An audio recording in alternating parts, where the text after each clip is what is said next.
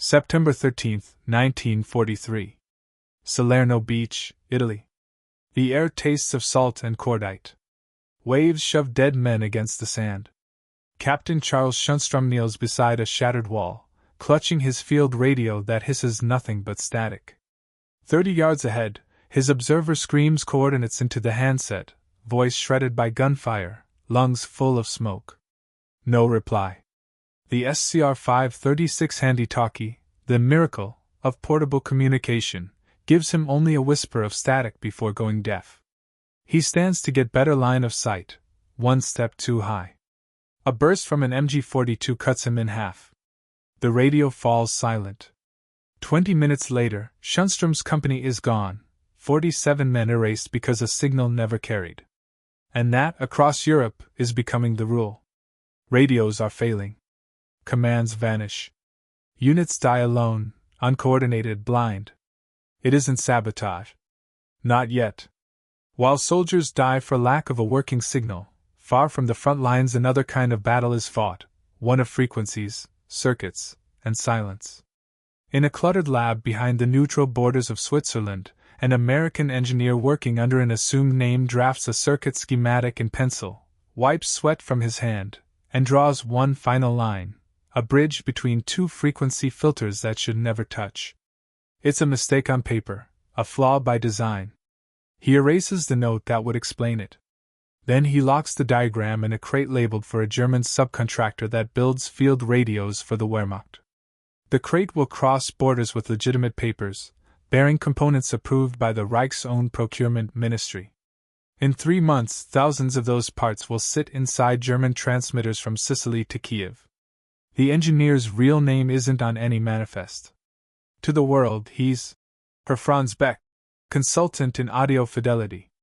To the OSS, the Office of Strategic Services, he's a ghost asset, a communications specialist embedded in enemy supply chains.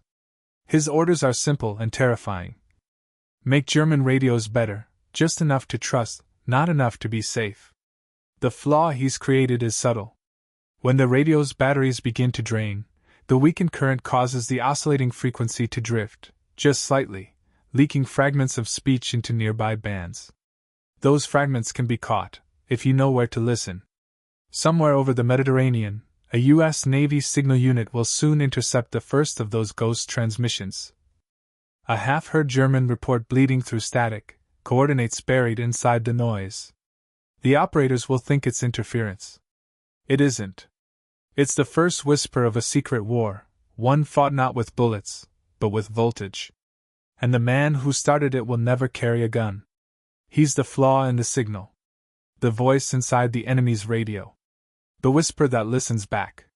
He was born Daniel-y, no, but in the ledgers of war he became something else. Asset Echo 7, unarmed, unacknowledged, and indispensable. By 1940, Daniel had already built a reputation, quietly. A former radio instructor at the University of Connecticut, with a mind tuned to frequency the way a violinist hears pitch. No doctorate, no medals, just an obsession with clarity. He could hear a faulty capacitor before the meters confirmed it. He didn't build radios to impress committees. He built them to work. When the OSS came to him, they didn't offer a uniform. They offered something more dangerous, a pen, a passport, and a lie. You'll be working inside the German supply chain, they said. You'll be building something we want them to trust. In Switzerland, under the neutral flag that veiled so many ghosts, Daniel Knoll became Franz Beck, an independent communications consultant, contracted to a Swiss electronics firm, Gatz and Lenz AG, a company quietly feeding precision parts to German military contracts. His cover was clean. His German perfect. His eyes always moving. The Gestapo never had to ask twice when something felt out of place. One slip of the tongue. One wire where it shouldn't be. And the man who'd come to defeat silence would vanish into it. But Daniel didn't plan to sabotage Germany with dynamite. His weapon was much quieter.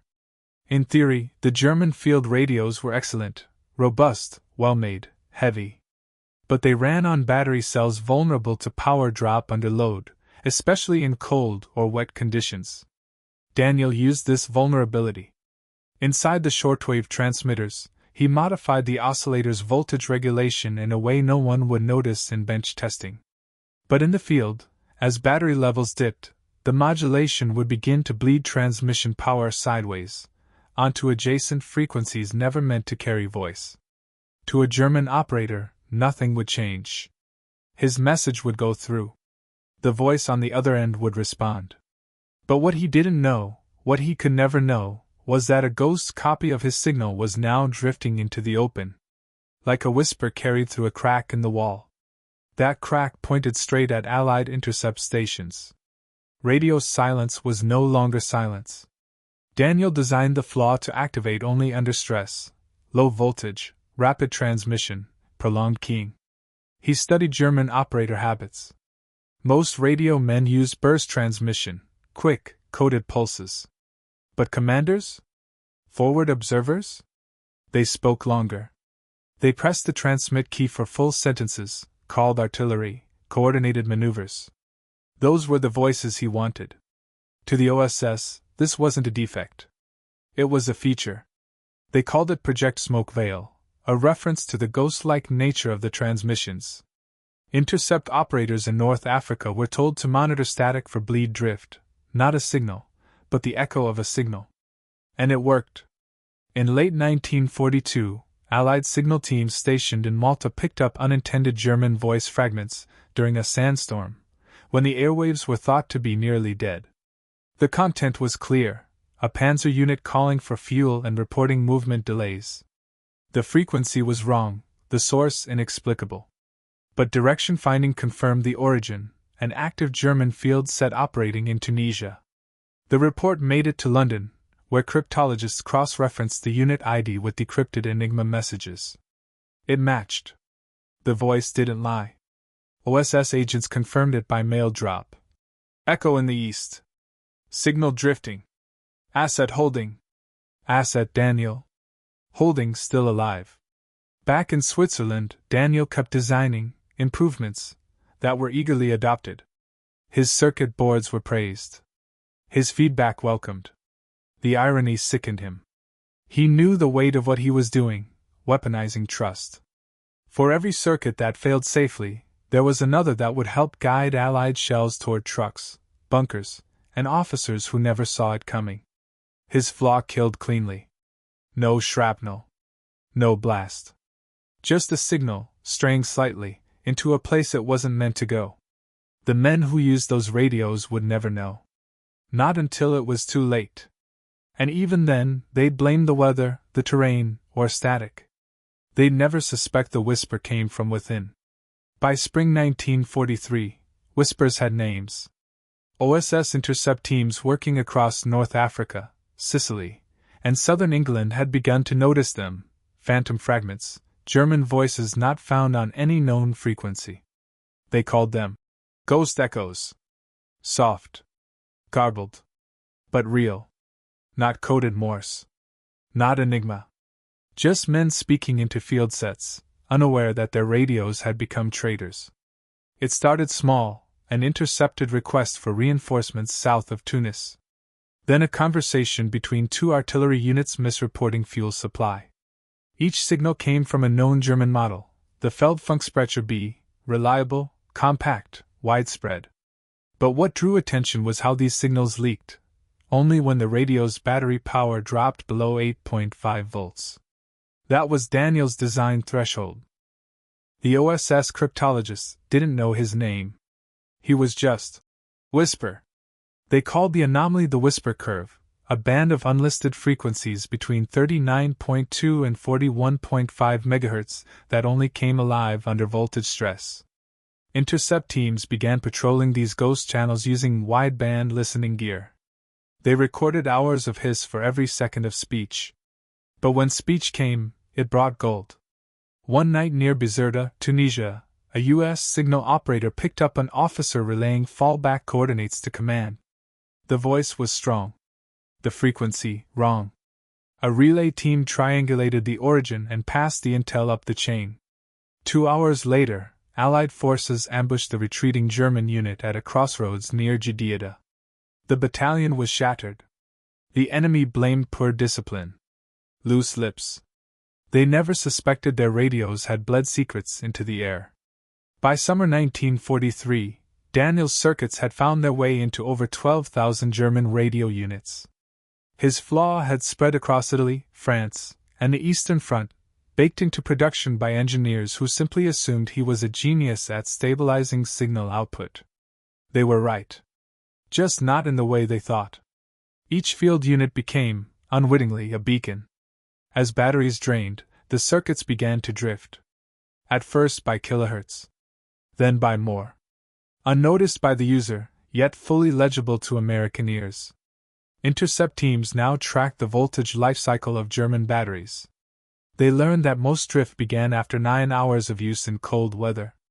And once drift began, it lasted 30 to 90 minutes, a window long enough to hear everything. Entire field manuals were revised based on whisper intercepts. Tank movements. Ammo dumps.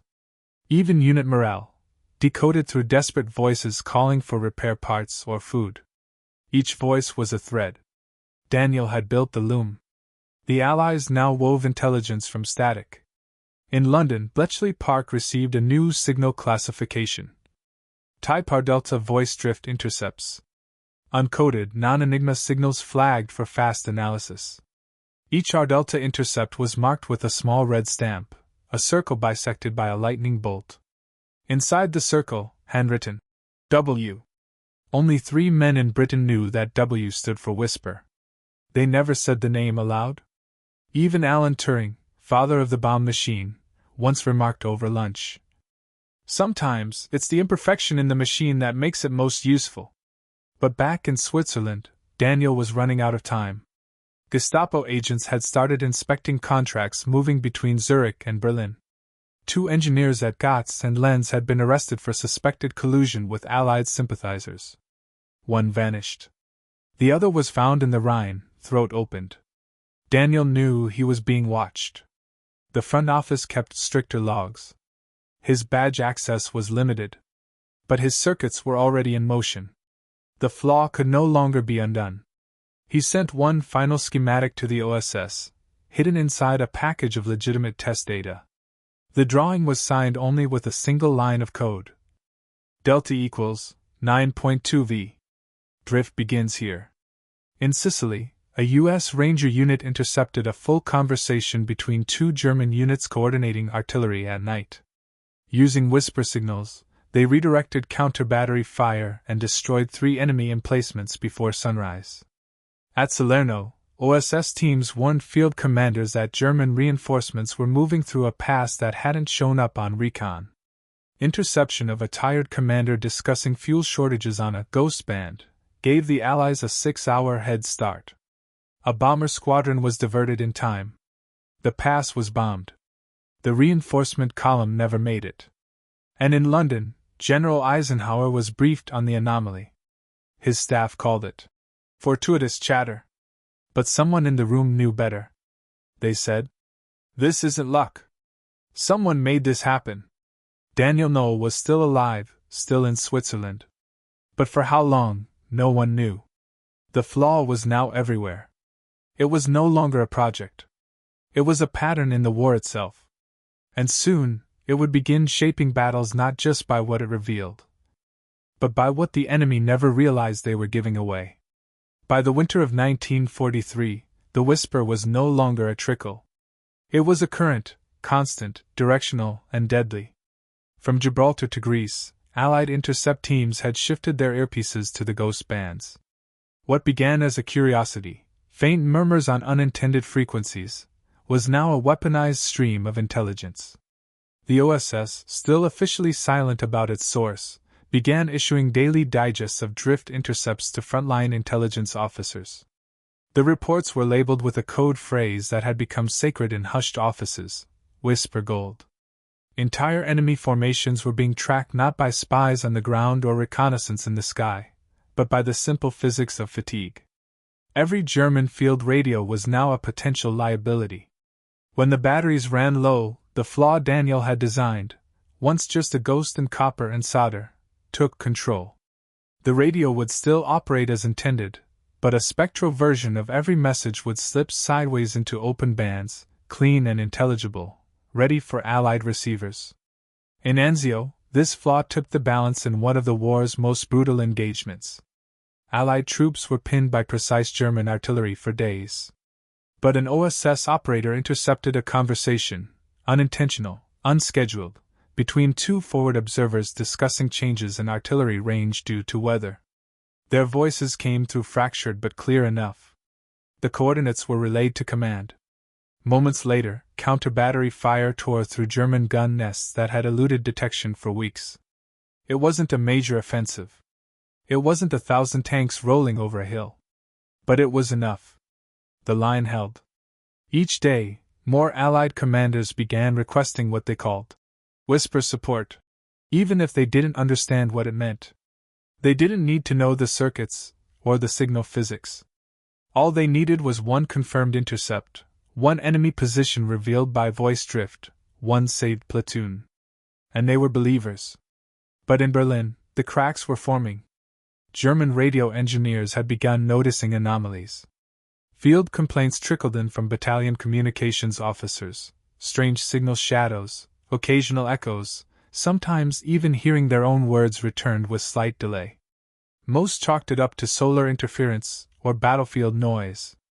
After all, in war, equipment rarely behaves as it does in manuals. But a few senior officers weren't so easily convinced.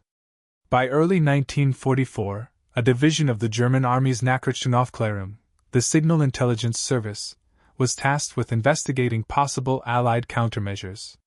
They focused on decoding traffic, scanning for spoofing, and jamming Allied transmissions. But within the technical reports, one odd line surfaced again and again. Abstrahlungsleck unter Spannungsverlust. Radiation leakage under voltage loss. It wasn't enough to prove sabotage. But it was enough to raise suspicion. The report made it to a colonel in the Reichs R&D division, who flagged it as cause for inquiry. A review was ordered into all foreign contracts involving radio parts. Swiss manufacturers, long considered neutral and reliable, suddenly came under scrutiny. One name appeared in 5 different component delivery chains: Franz Beck. Daniel, still posing under the alias, knew the storm was coming. In Zurich, his handler had gone silent. The post drop remained empty.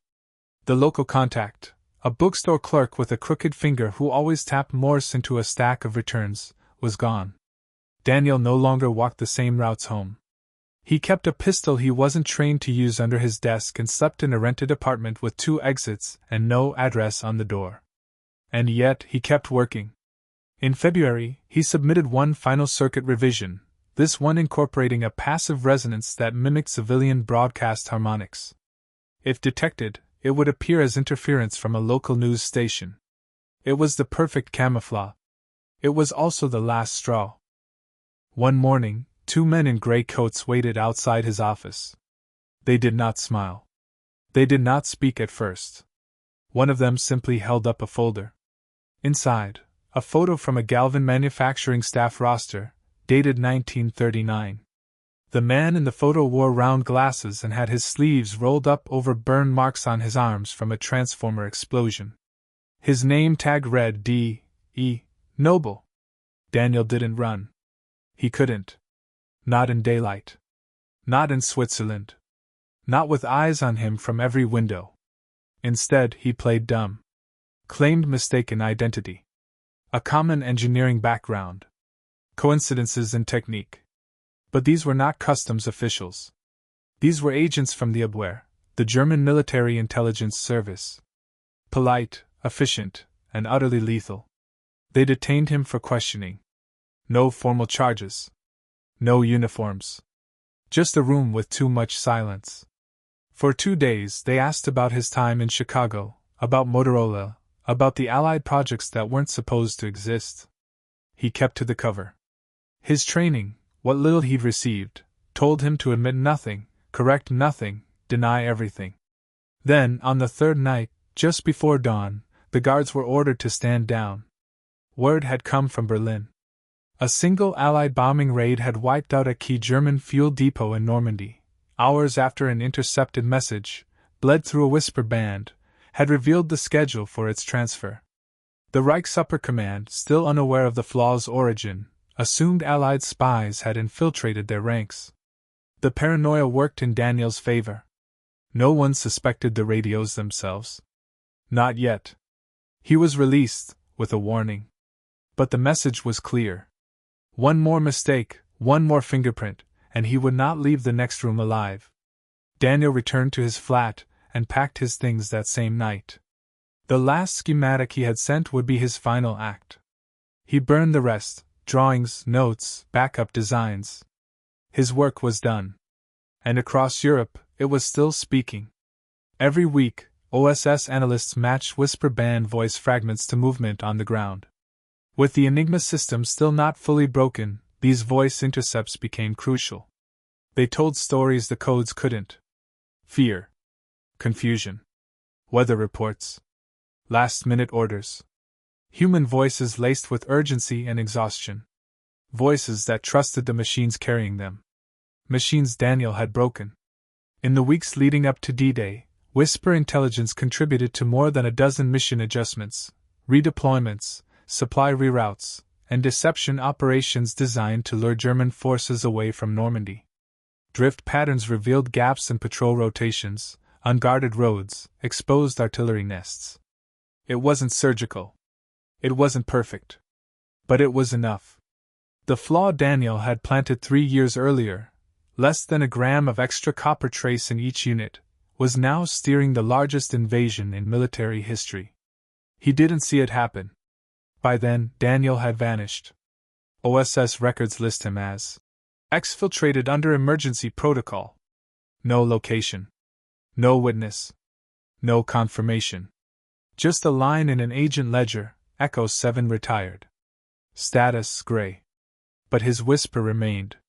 And in the static of every battlefield transmission, the ghost of his sabotage kept speaking, even after he fell silent.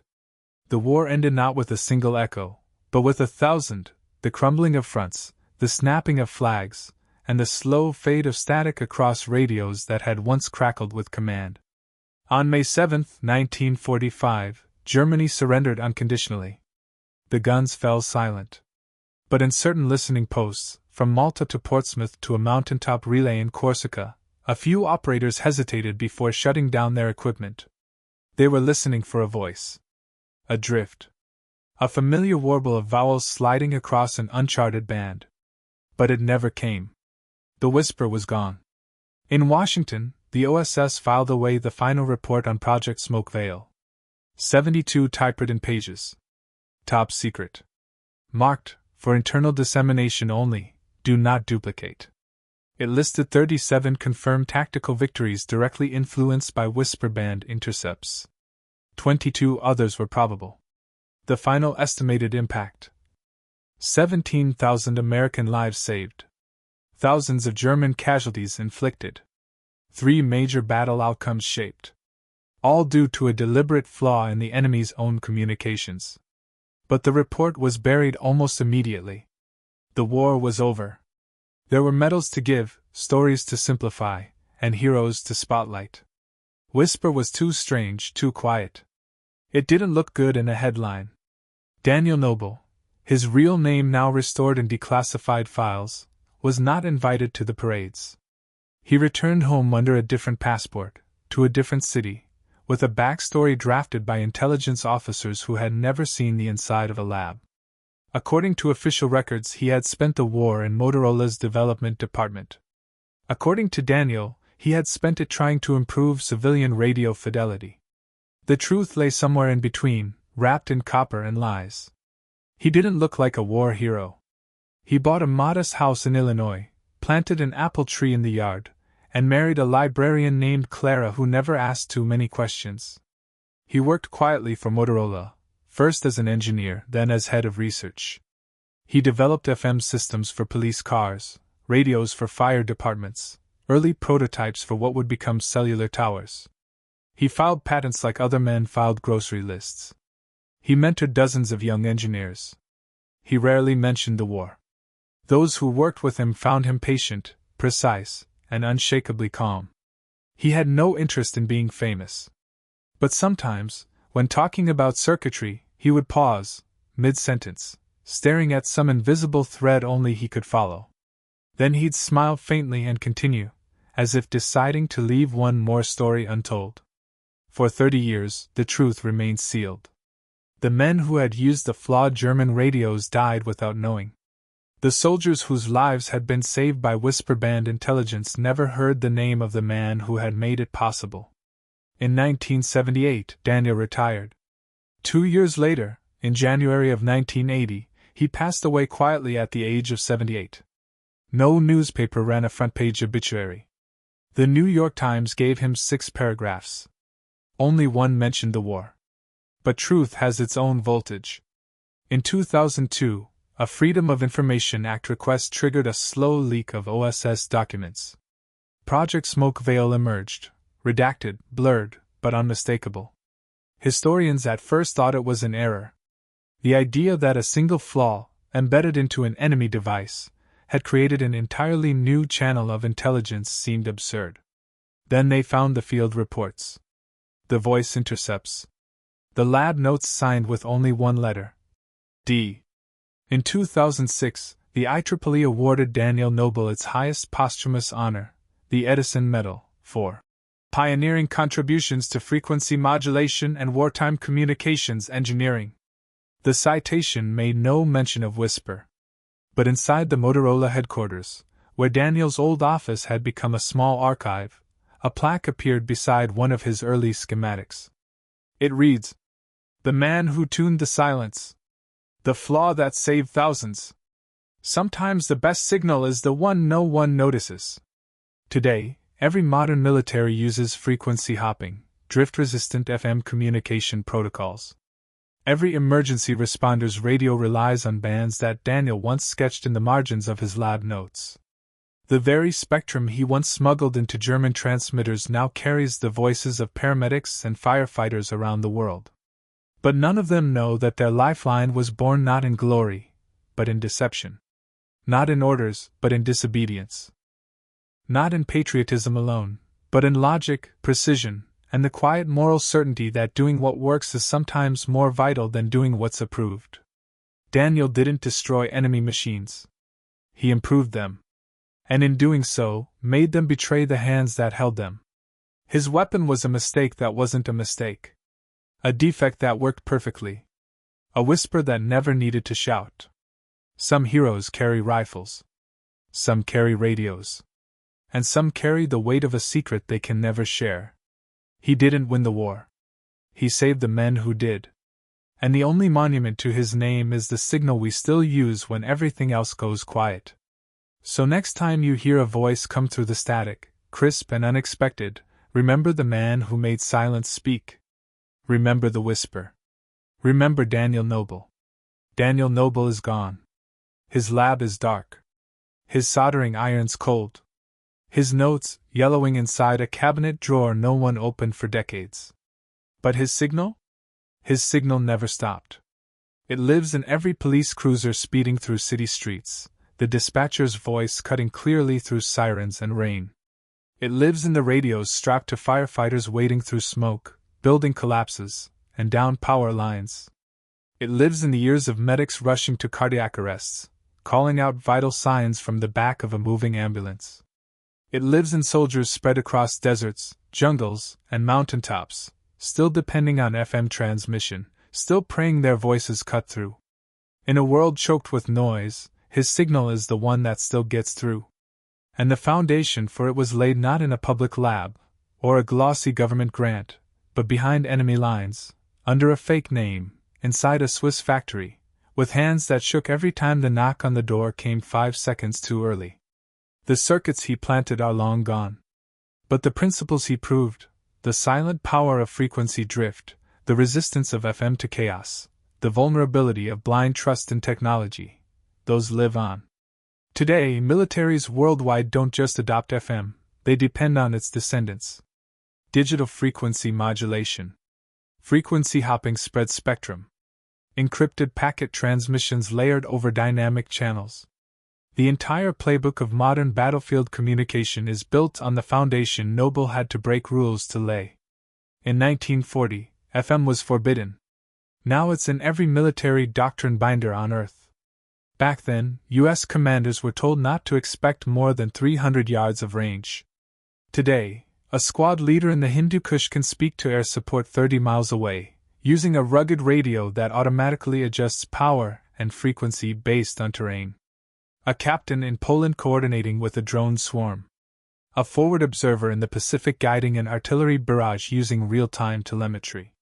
A humanitarian convoy navigating earthquakes with perfect voice clarity through collapsed cell towers. Each of them speaks through descendants of the flaw Daniel Noble built. Even civilians use his legacy without knowing it. That school bus with the transceiver sending its location. That smart radio broadcasting to emergency workers in a flood zone. That cracked Motorola walkie-talkie in the back of a National Park Ranger's truck, still working long after the cell tower has gone dark. Every time someone presses a button and hears, "Go ahead, I read you," they echo Noble. He is not a footnote. He is the framework.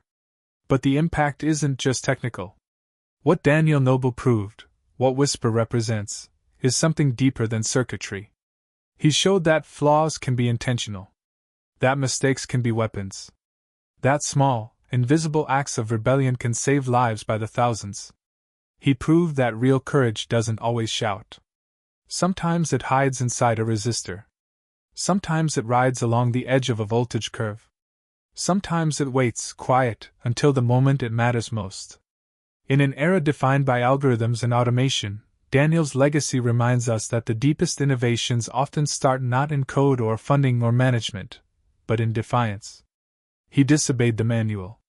He violated protocol. He ignored what was allowed in order to build what was right.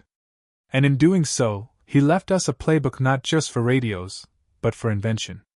Ask any modern communications engineer, any battlefield commander, any disaster relief team with lives in their hands and nothing but static in the air, and they'll tell you. Reliability isn't about what the manual says. It's about what works when nothing else does. Noble knew that. He taught it to his circuits. He passed it on to the world. And even now, long after his death, his lesson remains burned into the bandwidth of every emergency broadcast, every war zone call, every last-ditch message that must get through. The quietest voice can change the world. The smallest flaw can break the enemy. The best signal isn't always the strongest. It's the one that never dies. That is Daniel Noble's legacy. Not a plaque. Not a statue. But a signal still traveling, still working, still whispering across the world. And if you ever find yourself surrounded by chaos, static everywhere, and one voice still breaking through the noise, know this. That voice is part of his. The signal is still alive. And the war it won was never just about bullets. It was about who could be heard when no one else could speak.